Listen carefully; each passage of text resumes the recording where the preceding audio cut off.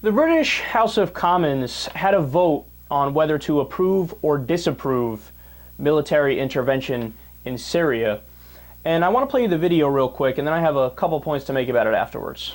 The ayes to the right, 272. The noes to the left, 285.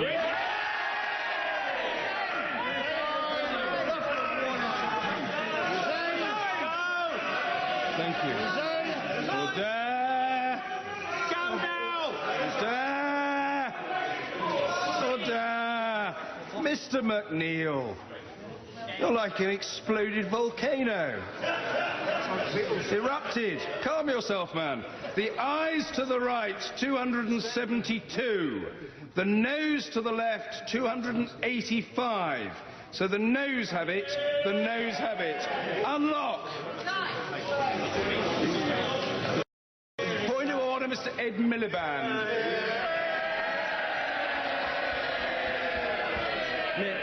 Mr. Speaker, on a point of order, there having been no motion passed by this House tonight, can the Prime Minister confirm to the House that he will not use the royal prerogative to order the UK to be part of military action, given the will of the House that has been expressed tonight, before there's been another vote in this House of Commons?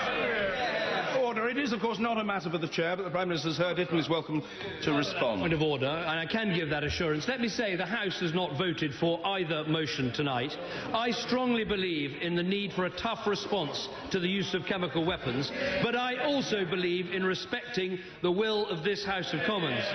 It is very clear tonight that while the House has not passed a motion, it is clear to me that the British Parliament, reflecting the views of the British people, does not want to see British military action. I get that, and the government will act accordingly. Okay, I'll get to my points in a second, but the beginning was my favorite. He's saying order, if you couldn't tell. Order! Order! Order! Mr. McNeil, you're exploding like a volcano in my awkward sexual reference, even though I didn't mean it that way. Now sit down. Oh, I love British people. I have one negative point about this and one positive point. The negative one is that the vote was way too close for comfort. And honestly, I think that has to do with the politicians being in their bubble. So day in and day out, they are bombarded from listening to other politicians in the media, and they talk nonstop about Syria, Syria, Syria, Syria, Syria. Did he use chemical weapons? Did he use chemical weapons? Chemical weapons, chemical weapons, 100,000 people dead, 100,000 people dead. And they start to think like, well, of course we have to do something about this. And they leave out all the nuance. And they're sheltered from the nuance. The media rarely covers the nuance, and I'm sure their politician buddies aren't very nuanced. And so they don't know that on one side is Al-Qaeda along with the rebels. They don't know that there's reports from the United Nations that both sides used chemical weapons, both the rebels and the Assad government. So I'm very uncomfortable with how much politicians can have a close vote when the population is clearly on one side of the issue. And you have a democracy, at least in theory, right? Where those people are supposed to represent the people of Britain. And in the United States, what was it, 9% of us were in favor of military action in Syria?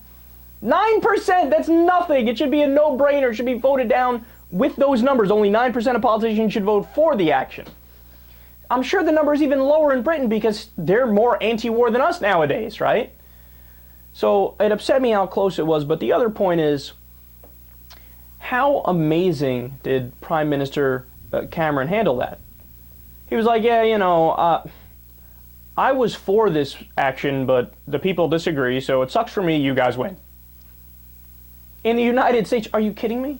Our leaders, the executive branch, whether it's a Democrat or Republican in the U.S., under George W. Bush, we saw it under Obama with Libya too, they go, oh, does Congress disagree with me? Oh, that's cute, that's cute. Anyway, why don't you little silly human beings go on vacation or something. I'm going to go ahead and bomb the shit out of whoever I want to bomb. No, in the U.S., we don't care. Our leaders will just flat out disregard the Constitution when they feel like it, disregard the will of the people, disregard the will of Congress, laugh at you as they do it. They'll be so cocksure and arrogant in their decision-making, and then later on, of course, we find out it was all stupid, it was all wrong, and they shouldn't have done it.